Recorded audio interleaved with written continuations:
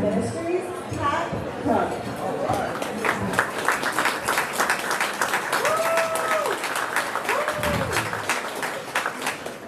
Yeah, I don't know who that is yelling over there, but we'll figure that out. All right, good afternoon, everyone. My name is Pat Crump, and I've had the honor of being at Morningside Ministries now for just over 8.5 years. And as I told the board, I would love to stay if you'll let me.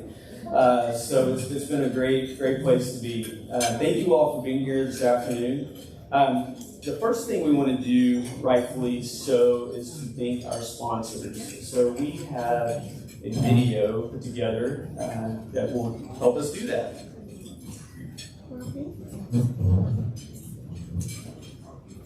My name is Donna Flores Luna. I've been here almost 3 years. It'll be 3 years, February 2nd. That's 20 years. I appreciate your generosity to Morningside Ministries, Patrick and Jeff Crump, and Women Local. Thank you, Climate Cool ACMD and Gun Communication Solutions. My grandma loves Morningside Ministries.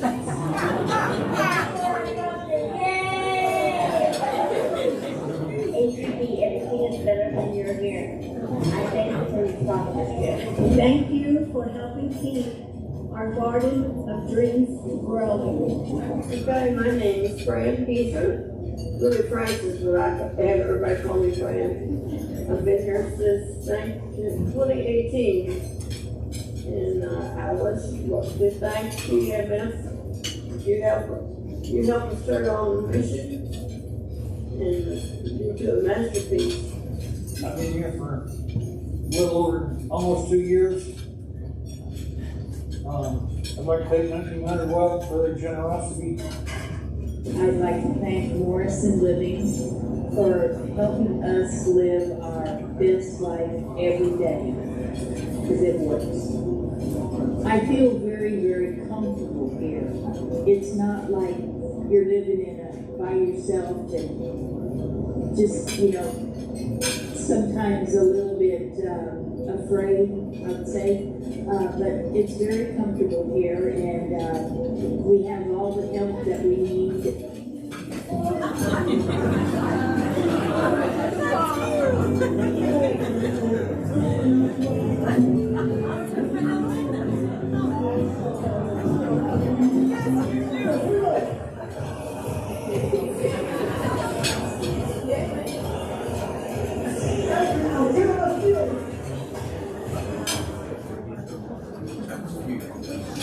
Round of applause for all of our sponsors.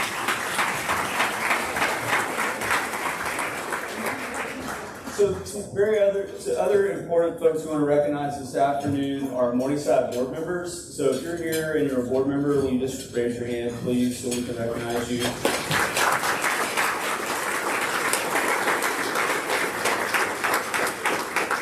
So if you're a Morningside team member, will you raise your hand so we can thank you for being here.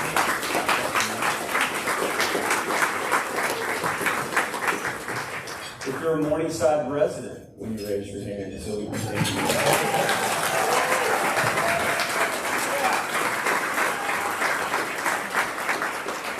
And we're very appreciative today of the creative minds at J. Lynn Events for helping us pull this event off today. So a quick note about the beautiful centerpieces on the tables. They're not giveaways, but they can be gifts. With your donation, we'll deliver them to our residents to brighten their day, but I'm understanding there will be more on that in a few minutes. So Steve has already mentioned that Morningside was founded or opened our first building in 1961. And since that time, we've had a mission of enhancing dignity and quality of life of older adults. And one of the things we've come to understand that in order to do that, we have to be able to help our residents overcome loneliness, the helplessness, and boredom, which can happen. These three things have challenged elders since earliest days of nursing homes.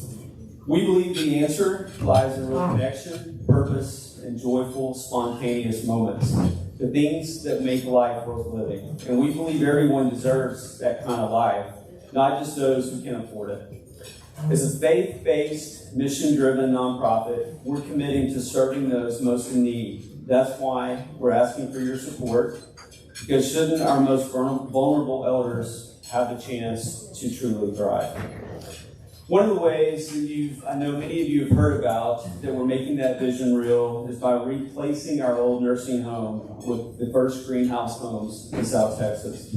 These small-scale homes are designed to center elders in a warm, vibrant environment where they can live their best lives. Some of you know all about this because you helped these homes become a reality. Just an update. If everything stays on track, we should be opening in February of next year is when the greenhouse homes will open.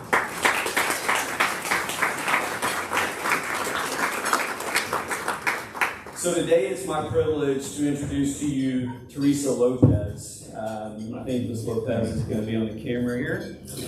The third eldest of 9 siblings, she married young, pursued fashion design and modeling, and spent her career as a florist. Though she has faced deep loss in her life, including her sons, she finds great joy in her grandson's yearly visits from California.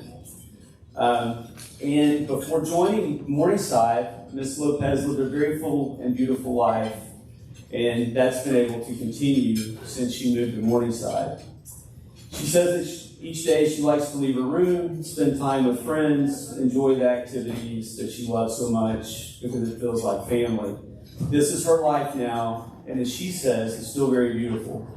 That spirit is exactly why we're proud to share a special tradition today. In that, at many greenhouse homes, communities across the country have chosen to name the oldest elder moving into the greenhouse home, to name that greenhouse home in honor of the oldest elder moving in. And so today, we're thrilled to announce that Mrs. Lopez, we will have at Morningside the Lopez Greenhouse Home at the Meadows.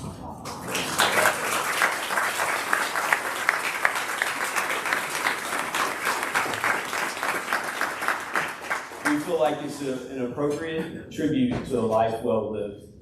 Thank you all.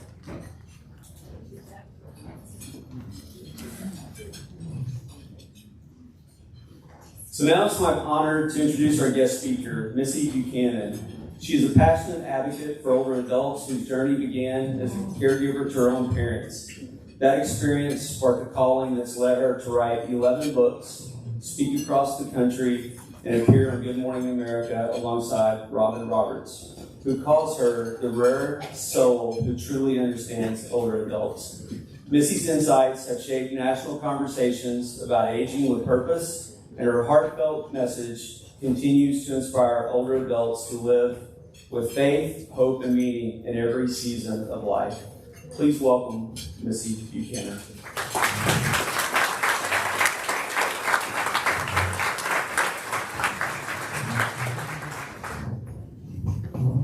What a joy to be here with you. Can you hear me? All good? All right.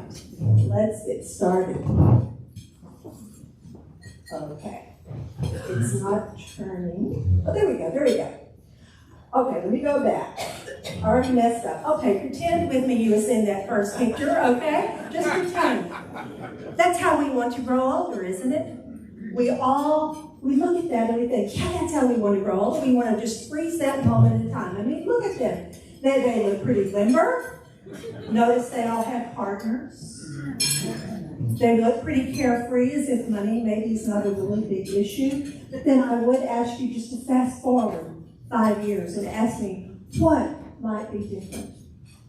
I'm guessing that some of them would have had maybe hip replacements, knee replacements, cataract surgery, pacemakers. Someone may have heard the diagnosis of dementia or Parkinson's. Someone may have died. Change. It's a big part of aging. And it's something we often don't like to talk about. I would say that people that are aging in this environment today are aging in what I call the perfect storm. And you may not remember that movie with George Clooney, But if you do, you'll recall that there were two, even almost a third, big weather events that merged together and created this massive, massive storm. And if you are aging in this environment, you are aging in that perfect storm. And what I mean by that is that just as you think that your body and your mind are slowing down, the world has never gone faster.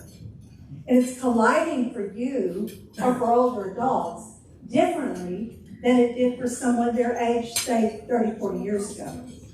Because the speed of change.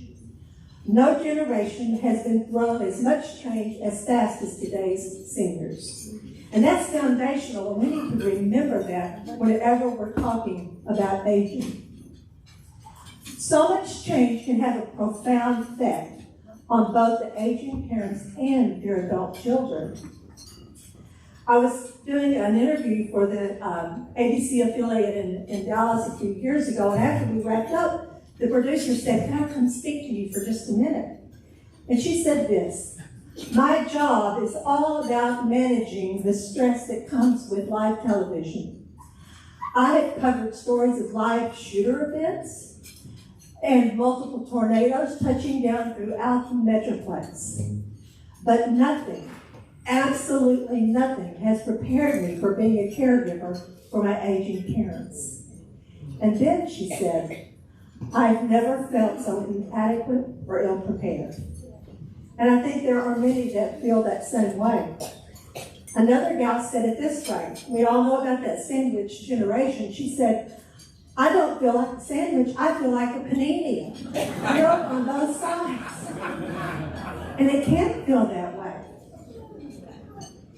So how can families support each other through the journey of aging, and how can the challenges be transformed into joy and significance?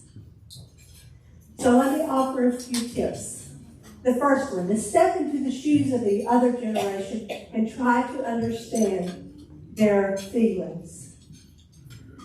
Before an aging parent will welcome into the family, they need to know that you are trying to understand their losses, their frustrations, their challenges, and their joys.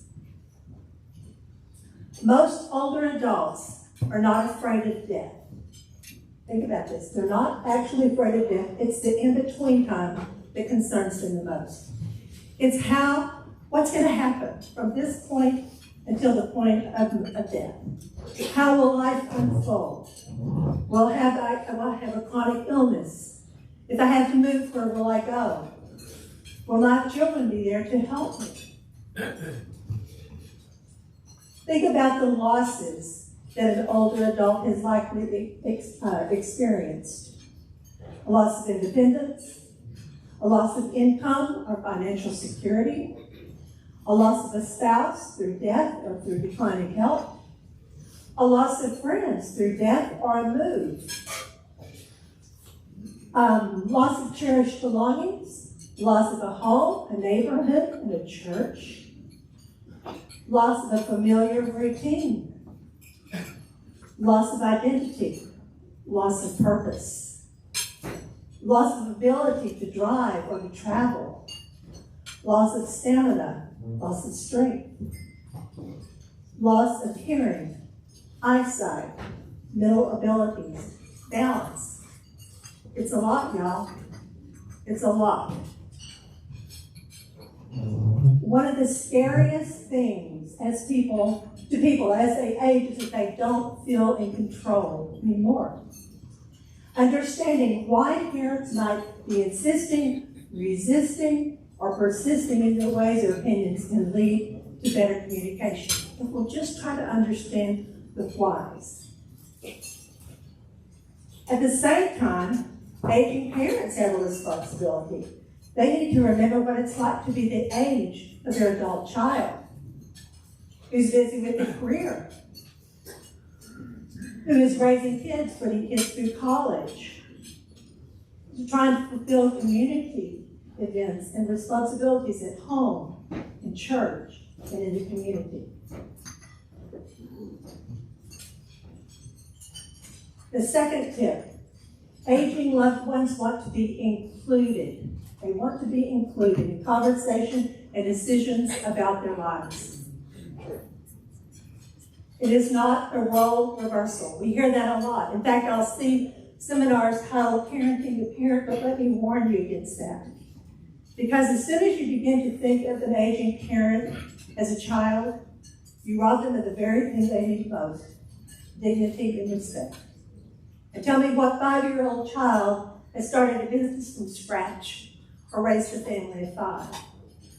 And so while it is a role shift, we need to remember that it will never be our parents' parent. I learned a lesson about the adult-child aging parent relationship with my friend Lucy Marianne Roberts, who is the mother of Robin Roberts, Good Morning America.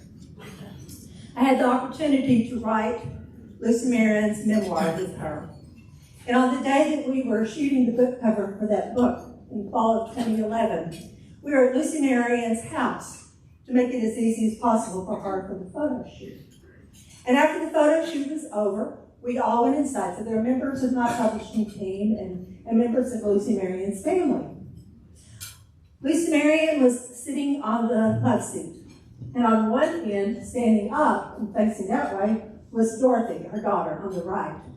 On the other end of the love seat, standing up and facing Dorothy, was Robin.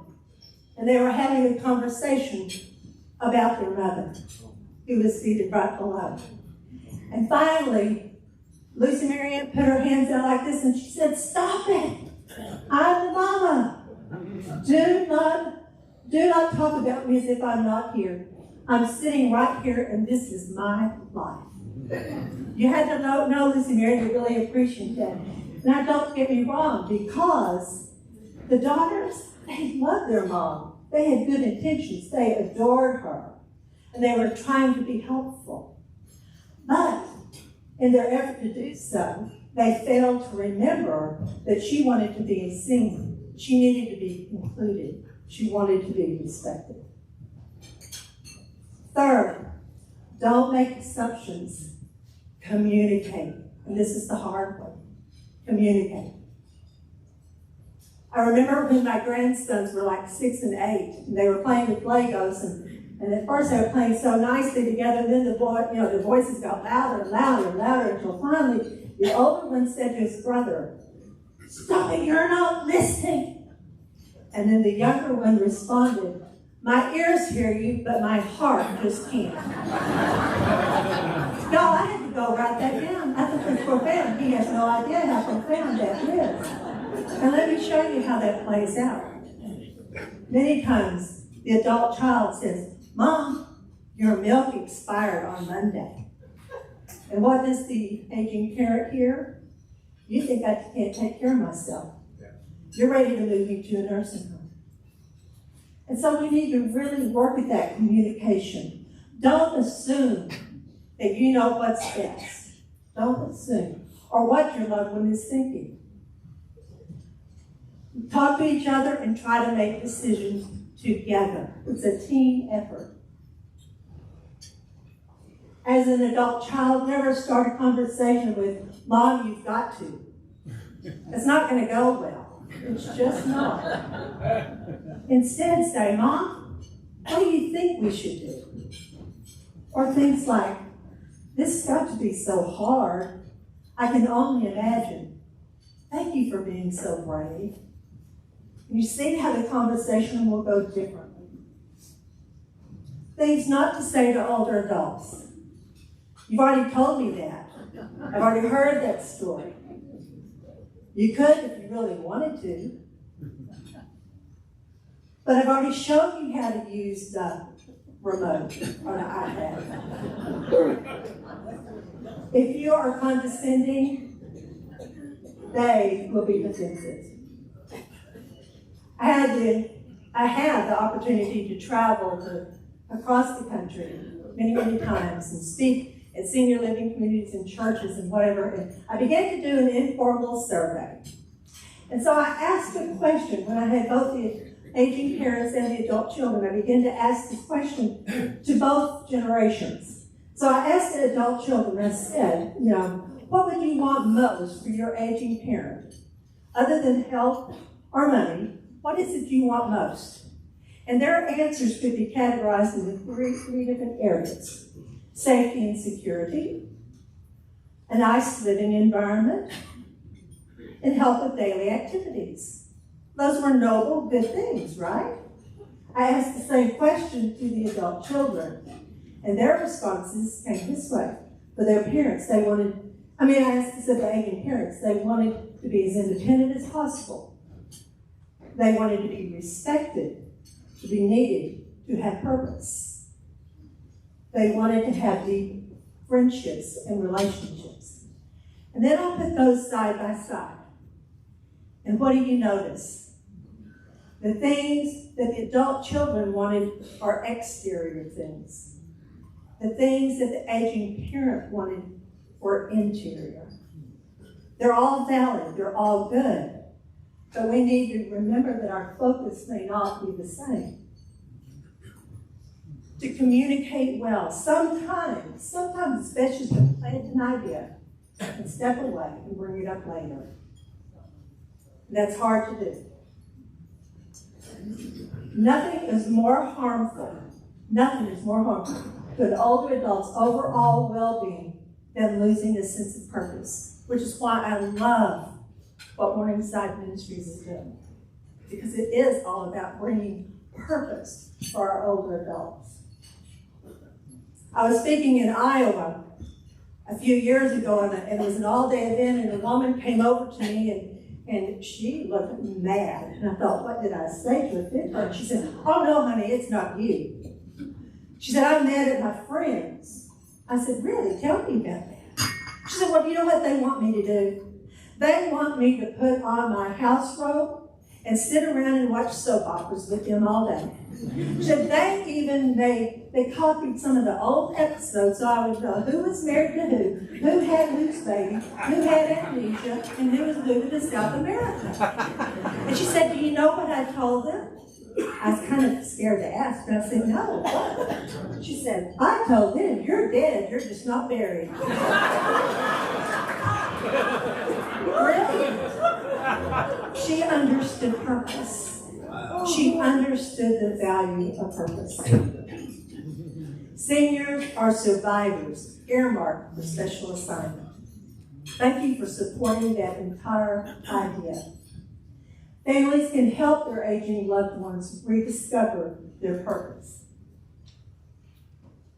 You can't change a 3-foot oak log with bug rot into an immaculate piece of Honduran mahogany, nor make life's limitations go away.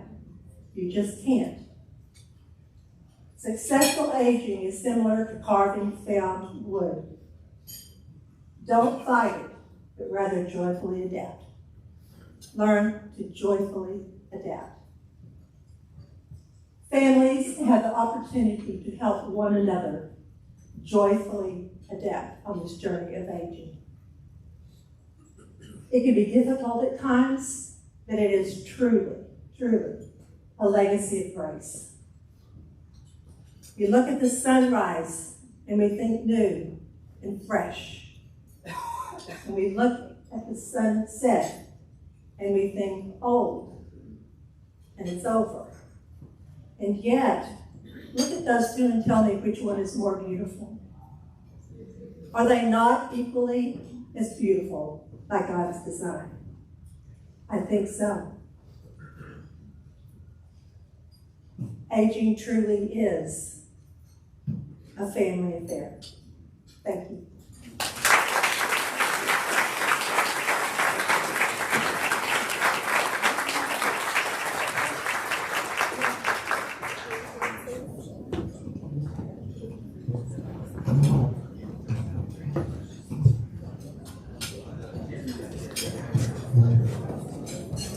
Thank you, Missy.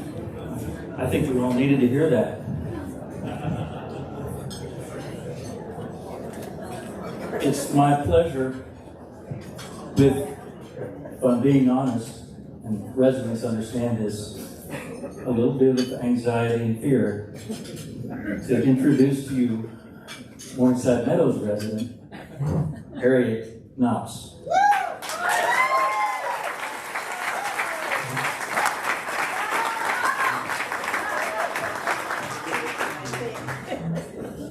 Hi, everybody. Thank you for being here today. Before I start telling you my story of Morningside, I want to assure that fellow that told me to not come up here with food in my teeth. I told him not a problem, I'll just take them out. Okay, now I would like to share with you why Morningside at the Meadows has become my forever home.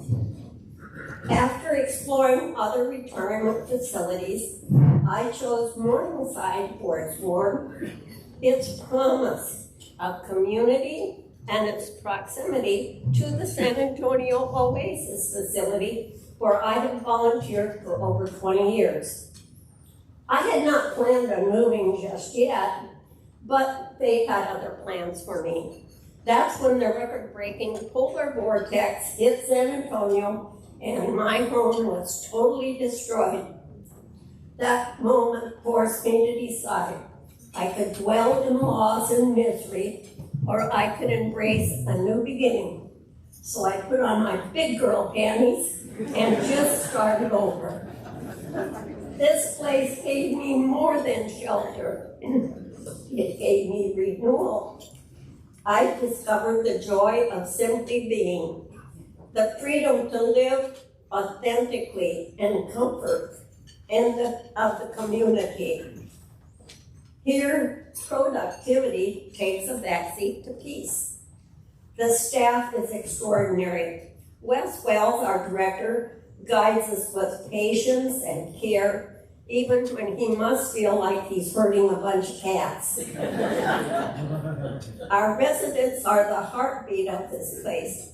People like Diane Haig, who volunteers for so many jobs, including our front desk. And she and Nelda Krush gave me some much needed furniture items when I moved in. Another resident, Kalila Bilal, she maintains the gardens and she shares its beauty and its bounty with all of us. Mona McDonald is teaching me to play bridge. That was on my bucket list, and yes, I still have a bucket list. Karen Hannum cast me in one of her plays, fulfilling my dream of being a stage star, you know. And then Mary Grace Bartolome is our cookie lady. She's in her mid-90s, but she still bakes homemade cookies, and she shares her joy with all of her homemade treats.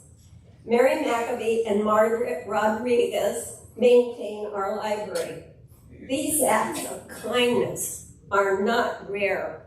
They are daily reminders that Morningside is more than a residence. It is a family. Even my daughter Diane, who is my rock, feels the warmth when she comes to visit, seeing her embraced by the other residents. It fills me with gratitude to see that. I no longer fear aging because I'm surrounded here with 90-year-olds. They're so vibrant. And even though most of us have outlived our expiration dates, it proves that growing older can still be an adventure. We are young at heart. We really are. We just can't get our pages apart. We're young at heart, but we're old everywhere else. It must be God's weird sense of humor that now that I finally feel comfortable in my own skin, it's sagging.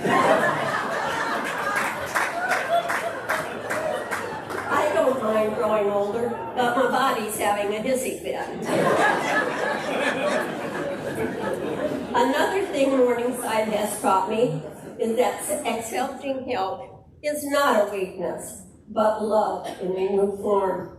My motto used to be, if it is to be, it's up to me. I now have changed it to, if it's up to me, if it is to be, it's up to me with a little help from my friends. Now here is the most important part. Everything I've described, the joy, the support, the sense of belonging, is available to every resident. even those who cannot afford the full cost of care. Morningside Ministries charitable care program ensures that no one is left behind. So today, I ask you to help make this possible. Your donation can provide someone with a safe home, a sense of community, and even the health care they need but cannot afford. You're not just giving money, you're giving dignity, joy, and well-being. Thank you for listening, and thank you for giving.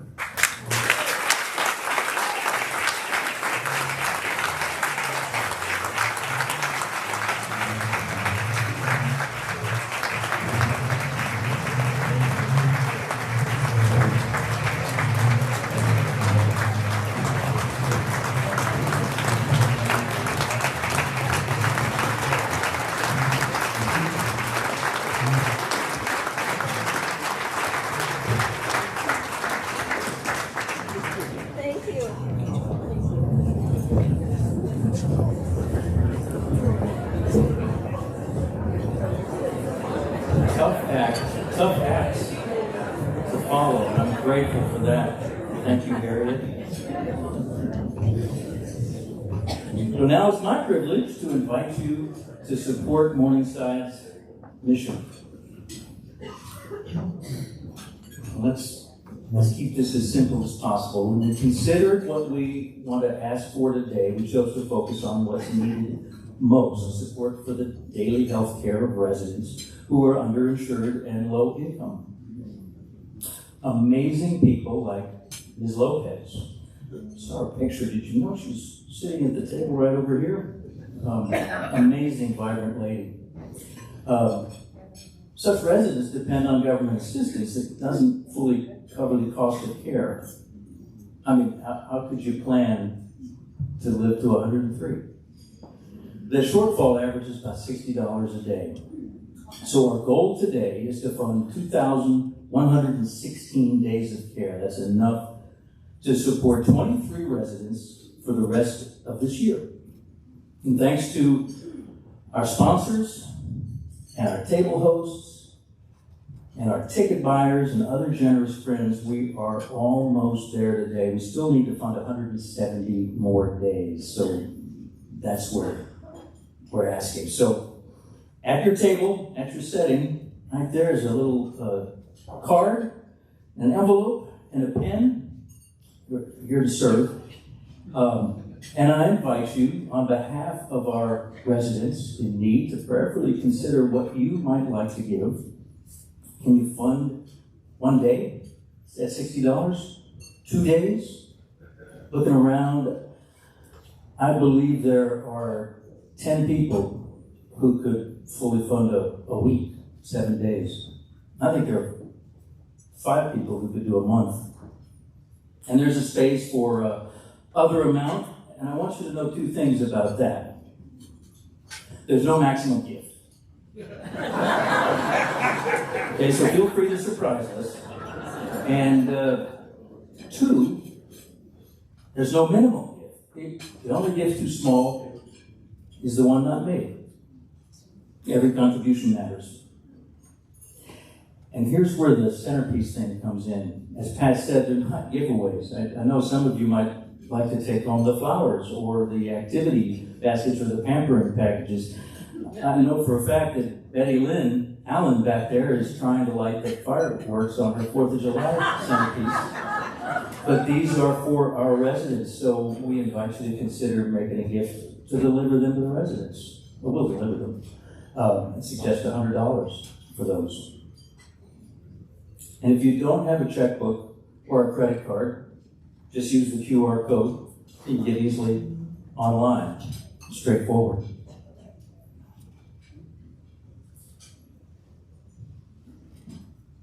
I don't like silence either, but I want to give you a minute to work that out. Maybe figure out how to take that little nib off the pen so it will write.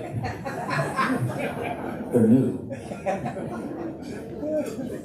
But that said, as we wrap up today, I want to say thank you from the heart